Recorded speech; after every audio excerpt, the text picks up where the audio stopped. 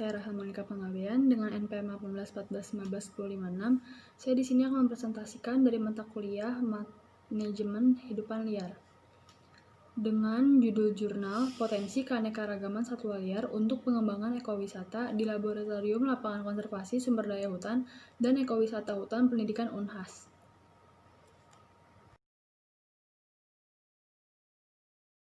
Di sini isinya ada pendahuluan, metode penelitian, hasil dan pembahasan, dan kesimpulan. Jurnal ini didapat dari Jurnal Penelitian Kehutanan Wallacea. Halnya ekosistem hutan lainnya, hutan pendidikan Unhas juga kaya akan berbagai jenis fauna yang khas dan bahkan dilindungi, serta merupakan salah satu contoh perwakilan dari hutan hujan dataran rendah. Sebanyak 40 jenis burung telah tercatat penghuni hutan pendidikan Unhas. Dari 41 jenis tersebut, sebanyak 30% atau 14 jenis berstatus endemik, 12,5% atau 5 jenis berstatus dilindungi, serta 7,5% atau 3 jenis yang berstatus endemik dan sekaligus dilindungi. Selain itu, di kawasan hutan pendidikan ini juga ditemukan 5 jenis mamalia yaitu babi hutan, monyet hitam Sulawesi, kuskus, rusa timur, dan tikus hutan.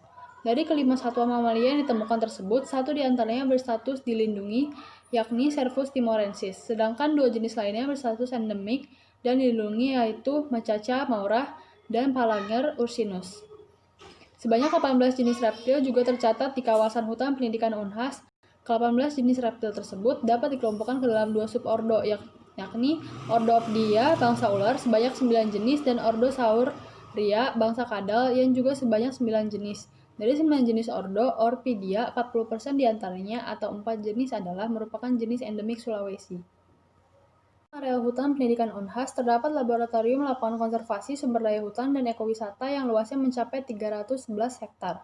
Tujuan pembangunan laboratorium lapangan ini adalah tempat praktek dan penelitian khususnya mahasiswa dan dosen kehutanan yang mendalami minat ekologi dan konservasi sumber daya hutan serta ekowisata, dan juga penelitian mahasiswa dan dosen lainnya yang berkaitan dengan sumber daya hutan. Dari laboratorium lapangan inilah diharapkan akan dipraktekkan secara langsung suatu pengolahan ekowisata yang berbasis masyarakat, yakni pengolahan kegiatan wisata yang tidak hanya mengembangkan objek wisatanya, tetapi juga meningkatkan keterampilan dan pengetahuan masyarakat di sekitarnya tentang wisata. Dengan demikian, mereka dapat ikut serta dalam memberikan pelayanan kepada pengunjung yang melakukan kegiatan ekowisata di laboratorium tersebut.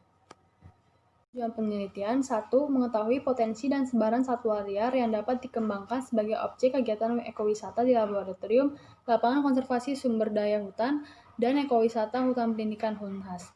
Lalu yang kedua, mengetahui keanekaragaman satwa liar di laboratorium lapangan konservasi sumber daya hutan dan ekowisata hutan pendidikan Unhas. Metode penelitian. Lokasi penelitian, Laboratorium Lapangan Konservasi Sumber Daya Hutan dan Ekowisata Hutan Pendidikan Unhas Kabupaten Maros. Waktu penelitian pada bulan Mei sampai dengan Agustus 2013, biasanya dilakukan lebih sering pada malam hari dan pagi hari.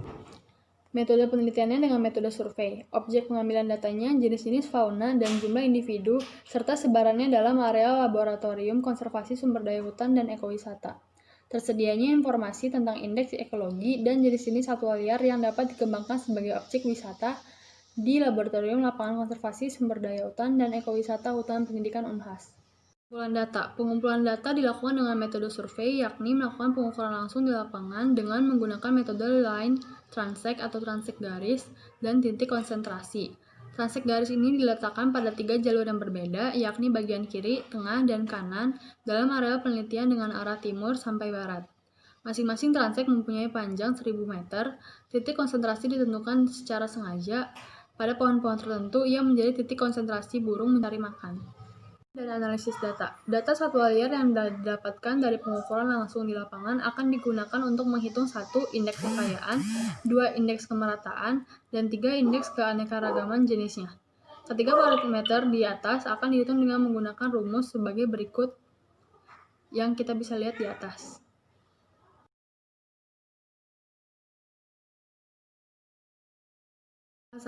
Monyet hitam Sulawesi atau Macaca maura adalah merupakan satwa endemik yang hanya mendiami Sulawesi Selatan bagian selatan. Di hutan pendidikan Unhas, satwa ini terdiri dari 7 kelompok, di mana 2 kelompok diantaranya berada di area laboratorium, lapangan KSDH, dan ekowisata. Yang kedua, Tarsius adalah jenis monyet kecil yang merupakan salah satu satwa liar endemik Sulawesi yang unik dan dilindungi, juga ditemukan di lokasi penelitian. Yang ketiga ada kuskus yang mempunyai daya tarik tersendiri sebagai objek ekowisata.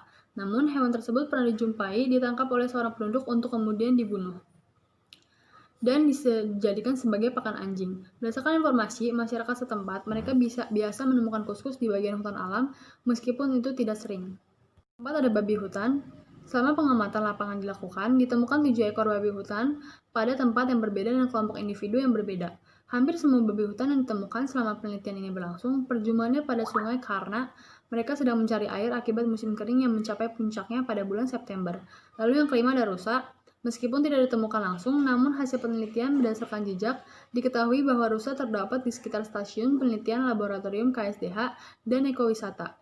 Jejak rusa ditemukan bercampur dengan jejak babi hutan di sekitar sumber air sungai yang berada dekat dengan stasiun penelitian. Musang. Musang adalah merupakan satwa yang berstatus dilindungi dan juga merupakan satwa nokturnal, sehingga pengamatan harus dilakukan pada malam hari. Selama penelitian ini berlangsung, telah berhasil dilakukan pemotretan pada 2 individu yang berbeda. Satwa ini ditemukan setiap malam di lokasi stasiun penelitian, sehingga diduga bahwa lokasi stasiun penelitian laboratorium KSD dan ekowisata berada di dalam atau merupakan bagian dari areal jelajah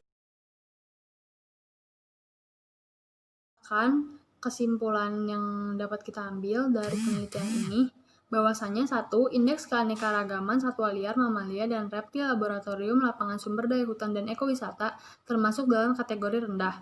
Satwa liar, burung, dan kupu-kupu masing-masing termasuk kategori sedang dan tinggi.